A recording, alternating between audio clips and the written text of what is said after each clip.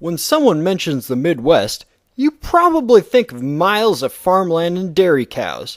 But did you know that the Midwest is home to some of the wildest roller coasters on the planet? I'm going to take you on a ride through time to explore the coasters, history, developments, and physics of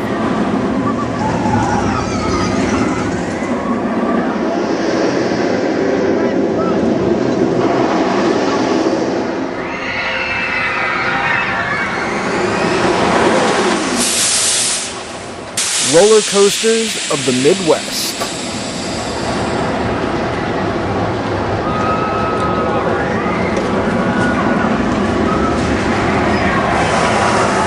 Huge roller coaster enthusiast. I'm going to be your host on our journey to see some of the greatest roller coasters in the Midwest. We start off our journey by taking a look at the classic wooden roller coaster.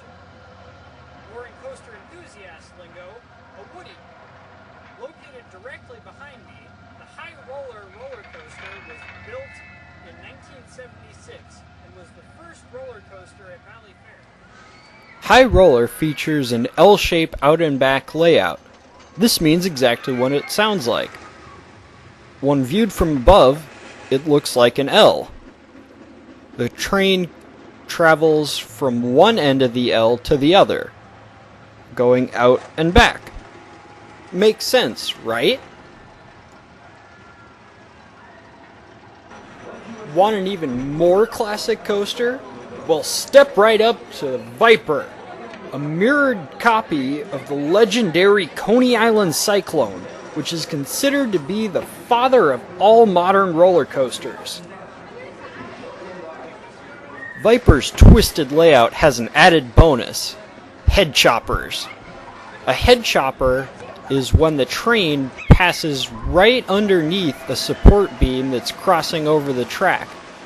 This makes it look like the support beam is going to take off your head, adding to the overall thrill factor of the ride.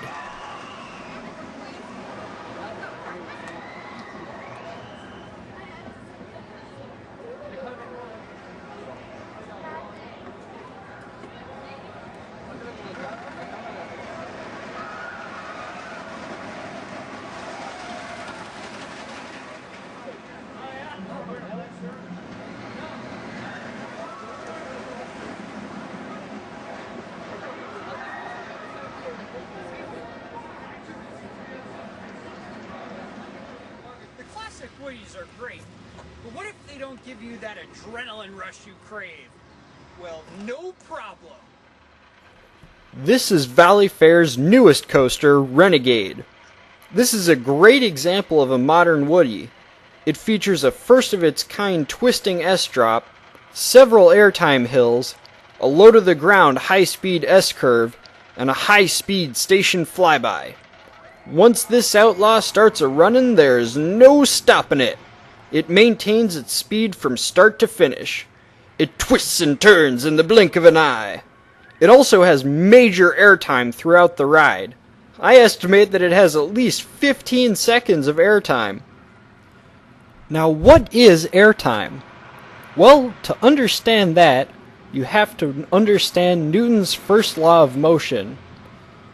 An object at rest tends to stay at rest, and an object in motion tends to stay in motion with the same speed and in the same direction unless acted upon by an unbalanced force. This leads us into our physics break.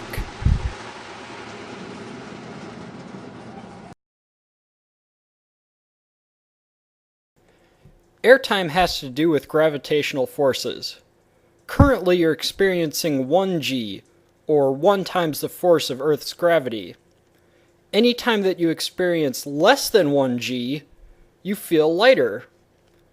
Now, anytime that you experience less than about half of a g, then you start experiencing airtime. Conversely, anytime that you experience more than 1g, you feel heavier. Now let's take a closer look at a situation where we see a full range of high and low g's. As the train goes over this hill, the riders' bodies want to continue in the same direction as they were on the way up. So as the train goes down this hill, The riders' bodies want to continue up, which makes them feel lighter. As the train reaches the bottom of the hill, the train pulls up and the riders' bodies go down. That makes them feel heavier.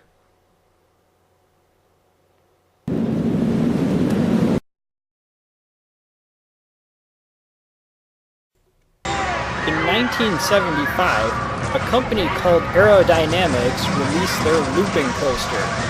A great example of this style can be seen at Valley Fair. Appropriately named Corkscrew, this ride features a vertical loop and two corkscrews.